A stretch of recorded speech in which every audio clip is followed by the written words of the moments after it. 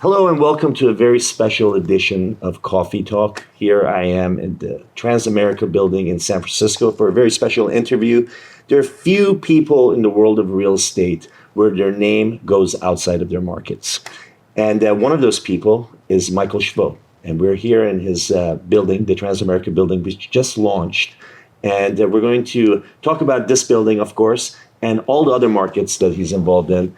Michael, thank you so much for being here today. It's a pleasure. Always great seeing you. You too. And thank you for traveling all the way to the West Coast. Well, I got so many amazing questions for you. You got so many things going on. And I'm glad that we get to address all of this stuff because so much of the stuff, like I mentioned earlier, a lot of developers tend to hone in on the markets that they're in. You are in New York, you're in Miami, you're in Chicago, you're in LA, you're in San Francisco. It's tough enough handling one market. Do you feel like you're spread very thin? So it's a great question. And I'll tell you why it's a great question, because most developers try to focus on a market, but they do a bunch of different things in the market. Shvo is a kid, we know each other for many years, and I think that if you look at the history of what I've done and what we are continuing to do, we're very focused on what our mission is. And our mission is to elevate super prime real estate in order to elevate people's lives. It's not about one market or one type of asset or one type of building. We're focused on who the customer is, because the mindset of the customer, of the high-end customer in San Francisco and the high-end customer in Chicago or in New York or Miami is exactly the same. They eat at the same restaurant, they shop at the same stores, and they vacation in the same locations. So we're not trying to hit different customers in a single market. We're looking after our customer, but we're looking after them in different markets and in different asset classes. We also do hotels, residential, retail, and office. Has there been a case where you had a tenant or a client come in where they rented from you in multiple markets? It's a great question. So right now we have a tenant of ours from this building that's in San Francisco that's about to rent space from us in New York. Mm-hmm. Because again, they just saw what we did here. We completed this. We opened this building yesterday. Had a massive kind of opening that really, I think, changed downtown San Francisco. And that tenant right now has a lease out on 2 floors on one of our buildings in New York. Mm-hmm. So it's the same tenant from Same tenant. And then, this building is obviously a major project for you. Just walking around the building with you, I can see your excitement about it. You had amazing people involved in it. Norman Foster, obviously, a legend who's come and you've re-gutted this building entirely. But this is, it's an iconic building by itself as a standalone. And what you brought to it with all the different touches that, with the renovation, it's been incredible. A lot of people are saying that you're changing the mood of San Francisco, and the coverage that you've been getting from the local press here has been very favorable. They're very excited to have you in this market. And you had your party, and Norman Foster was here, and Johnny Ives was here, and the mayor, and everybody else. Can you create this kind of excitement that you've created for the Transamerica Building in your other markets? So let's start with the fact that yesterday was the most important day in my professional life. And you're the first person I'm speaking to after that. So first thing, it's I find that you and I end up doing these conversations in really important milestones. Mm-hmm. The last time we sat and did a proper conversation was on Zoom through COVID. Yeah. And if you remember what I said to you, I said that you asked me what's going to happen with COVID, and I said that God promised that many years ago to Noah after the flood, that he's not going to destroy the world again. So if that's the case, we know COVID is not going to be the end of the world, and we should be buying real estate. Yeah. We're sitting 5 years later, $4.5 billion of acquisitions, including this amazing building. And I think that I have a belief, and I follow that belief, and there's always naysayers and always doubters, as we know.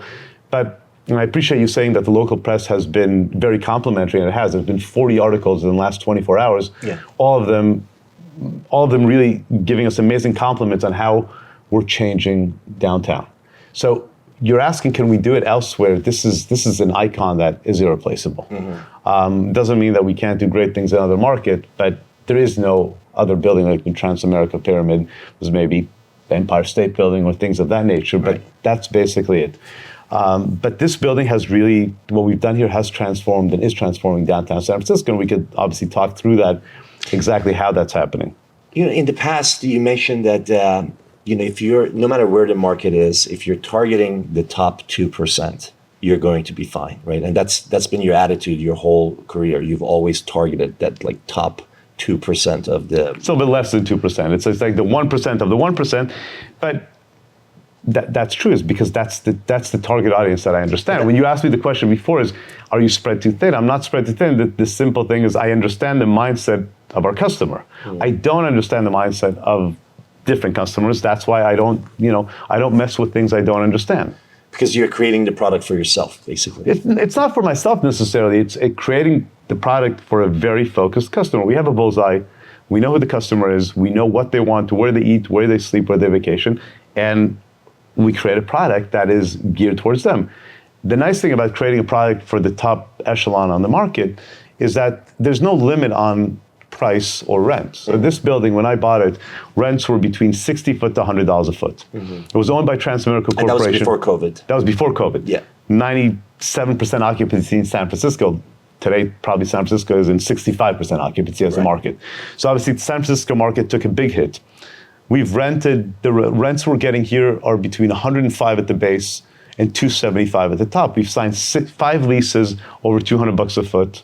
We've signed 3 leases last week between 125 to 185 in the midsection of the building. These are rents that are 3 times the rents that were at the building when I bought the building. So the nice thing about addressing the top of the market is the fact that if you deliver the right product, the money's there and they'll pay a premium. But they're very specific on what they want. What portion of the building is rented as of today? So we have approximately 70% rented. A bunch of new leases. The building has had a lot of turnover, which is what we expected because, again, when a tenant pays $50 and you tell them now we've done all this renovation, now it's $150. Yeah. A lot of them can't afford it. Some of them did. We just did a lease at the top of the building for $200 a foot for a tenant that the lease expired at $95 a foot. So some tenants have the ability, and obviously now that we finished the renovation, want to be here, but a lot of them just can't afford it. Do you feel like you could create? Before we jump from that, but in the CoStar it says the building's 50% at least. Okay, but that's probably correct in the sense that when you look at the vacancies, we were probably at 50%. With the new leases that are signed that are obviously not in CoStar, we're at approximately 50% today. We've had a lot of turnover. Right. But then so with the new leases, we're at 70%. At 70%. And by the way, I still expect some of the old tenants to vacate. And we're working on some massive leases right now. But the expectation is that by the end of next year, this building should be probably in the high 80s between new tenants that are vacating and new tenants that we're going to sign. Has San Francisco ever seen $270 rents before? San Francisco, when I came to San Francisco, it's a great story. When I came to San Francisco, we hired the leasing brokers, and I asked them, what's the highest rent in San Francisco? They told me it's $130 a foot. I said, okay. So, well, I want 150 at the top of the building. He told me, you're crazy. Nobody will pay that in San Francisco. I said, you're right. Let's make it 200. But jokes aside, we're the 3rd most expensive building in the country. Probably only after One Vanderbilt and 425 Park on average. We are the 3rd most expensive building, but we're the only historic building. Those 2 are brand new buildings. Right. We're the only building outside New York City that ever achieved a 2 handle. So the answer is no. Nobody, forget about San Francisco, no other market beside New York has ever seen these numbers. How confident are you about the rest of the building? And do you feel like there's going to be this culture? Like there's certain buildings like the GM building. Yeah. People feel like they have to be there. Like, do you feel like you're going to create that culture here in San Francisco? Because there's not a building in San Francisco that has that appeal right now. 100%. The answer is yes. Yes, I believe that people want to be here and people are going to want to be here. And the tenants that are renting want to be here because there is no other building. There's no other option. In New York, even in New York, you still have the option. If it's One Vanderbilt or 425 Park or maybe the GM building or 9 West, there's no other options here. Right. It's us or everything else is very, it's just a vanilla product. It's an everyday product. Are you getting tenants who are sort of taking advantage of the commercial market in general and saying like, hey, when it comes time to renew, like you mentioned that some people can't afford to renew because simply you're asking for a different kind of it's a different building. It's not that. It's just a different building today from when they signed a lease 10 years ago. But are you getting people who are asking for negotiating better rates or better terms because of the state of commercial? Again, our rents are 2 to 3 times higher. I don't know what better rent is. the people that are coming here are paying to be in the best building in San Francisco. That's it. Nobody's good. This is not where you come to get bargains. Has the city itself, has it disappointed you in obviously San Francisco has a lot of issues. I know, the mayor's office, the old one and the new one, they've been very supportive of you. Yep. But in general, do you feel like the city could do more to, create an environment where you don't get all these bad headlines? So first in the city, any city can always do more. We've been very fortunate because the city has been great to us, right? Both from a development point of view, from a zoning. We just got at the end of last year, we got approved 3 Transamerica as a new development. It got approved at the fastest, I think, time ever for a new building. Norman Foster himself came to present to city planning, and they were mesmerized by the building. So we get this question a lot because San Francisco has a reputation of being difficult for development. We've been very fortunate, but obviously we also own the Transamerica Pyramid, so it's not a fair comparison. Look, there's obviously San Francisco has challenges. It had challenges. It has challenges that have to do with security and homelessness. It got much better. I was with the mayor yesterday. I've been very vocal about my opinion, what needs to get done. But you're here. You walk through the city. There's energy. There's people are here. People are here in downtown. Very different than what it was, in 2020 after COVID in 2021. I mean, there were some really dark days in the city. Yeah, and you think it's gotten better, and I feel like there's the city is on a clock to get the foot traffic back and to be more welcoming to businesses and to really try to enforce, the rule of law, because it felt like for a while that wasn't really being applied, and I feel like it can still improve a lot more, but at least I feel like the pendulum is sort of moving in that direction. The pendulum changed. Look, it's also an election year, right? So the current mayor has to show what she's doing, because obviously there's competition now. But look, she's well intended. The reality is it's all judged by the results. We're in a better place than we were a year ago or 2 years ago. Some of it has to do with actions taken by the city. Some of it has to do with just where things stand, because the city was vacant. Yeah. When there's vacancy, there's no people, there's more crime. Yeah. There's more people, there's less crime. So I think there's multiple reasons why we're today in a better place. But San Francisco is an irreplaceable city. So many times there was this conversation about the doom loop and it's over. And obviously I've been very vocal about the fact that I think San Francisco is not only going to prosper, but it's going to do great. What I didn't expect is the boom of AI. So what we're seeing today is there's this bubbling in the city, and you feel it in of all these new companies coming together, coming with obviously with new ideas popping every day. We're the benefactor of the VCs and the hedge funds and kind of the Have you got any of that business? The AI business? We got the AI business at the top level, like you said, investors in AI companies. To Transamerica, which is one of the 3 buildings I own on the site here, is a more affordable building, and that building, has some of kind of the late stage startups. But we're seeing that the AI business, it's like the invention of the internet. You talked about Johnny Ives. I had dinner with Johnny a couple of nights ago at his house, and we're talking about the future of AI, and it's fascinating. What Johnny was saying is the speed of the growth, of the speed of the evolution of AI is so fast. He said he has never seen in his career a business that is just flying, that the evolution is happening so quick. Right. Like they can't catch up with where it's going. And San Francisco is the heart of it. Some of these firms that left California to go to Miami and Texas, they're actually closing down in those outlets. And coming back. A lot of people don't realize it, but the Transamerica building is actually the Transamerica Pyramid Building, and there's other buildings that are attached to it. So there's 2 other buildings. So how many square feet is each of the other buildings? Well, between the 3, we have approximately 850,000 square feet. So obviously we have the Pyramid, which is the most famous building. We own the entire city block. So there's also a private park, the Redwood Park, which I think is the most important component here. We have a private park that I made a commitment to open it to being a public park and being a park that's all about art and culture. We could talk about it in a second. And the lobby is very welcoming too. It's incredible. I saw people just coming through and looking at the books and having coffee, and there's a coffee shop there. So this building, I'll give you a bit of a history, right? The building was built by Transamerica Corporation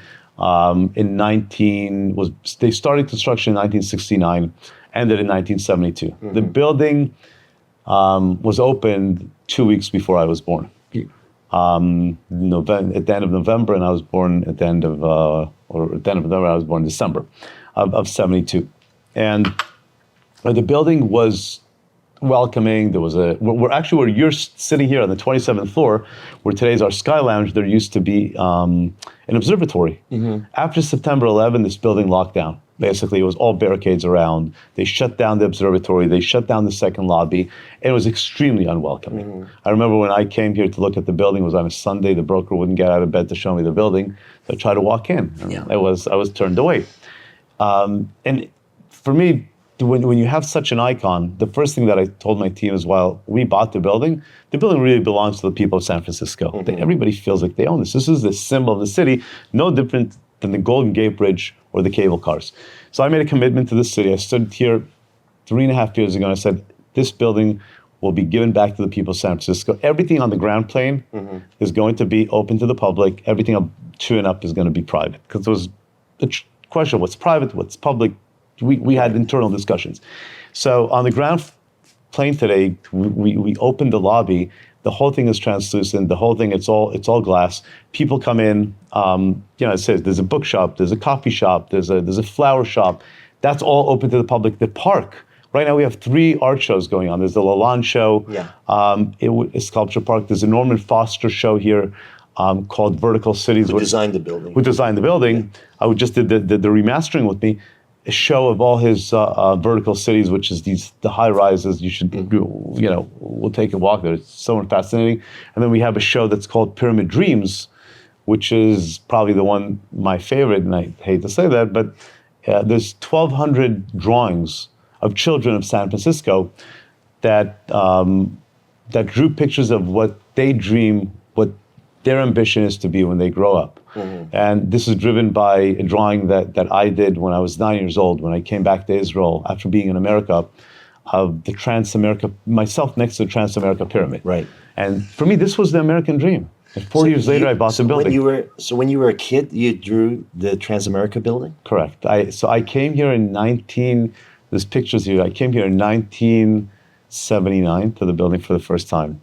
1981, when I came back to Israel, we found the hand drawing that I made, which is me next to the pyramid building. And this symbolized for me the American dream. Right. Seeing the tenants who were here and seeing, walking through the building now, they can't possibly think that they're going to pay the same rent for this space. The amenity spaces that you created. I walked the building. I walked the restaurant section of the place. It's, so the ones who can't afford it, obviously they still want to be here, but the ones who can't afford it, they're gonna. Yeah, that's the thing. That's part of life. If again, those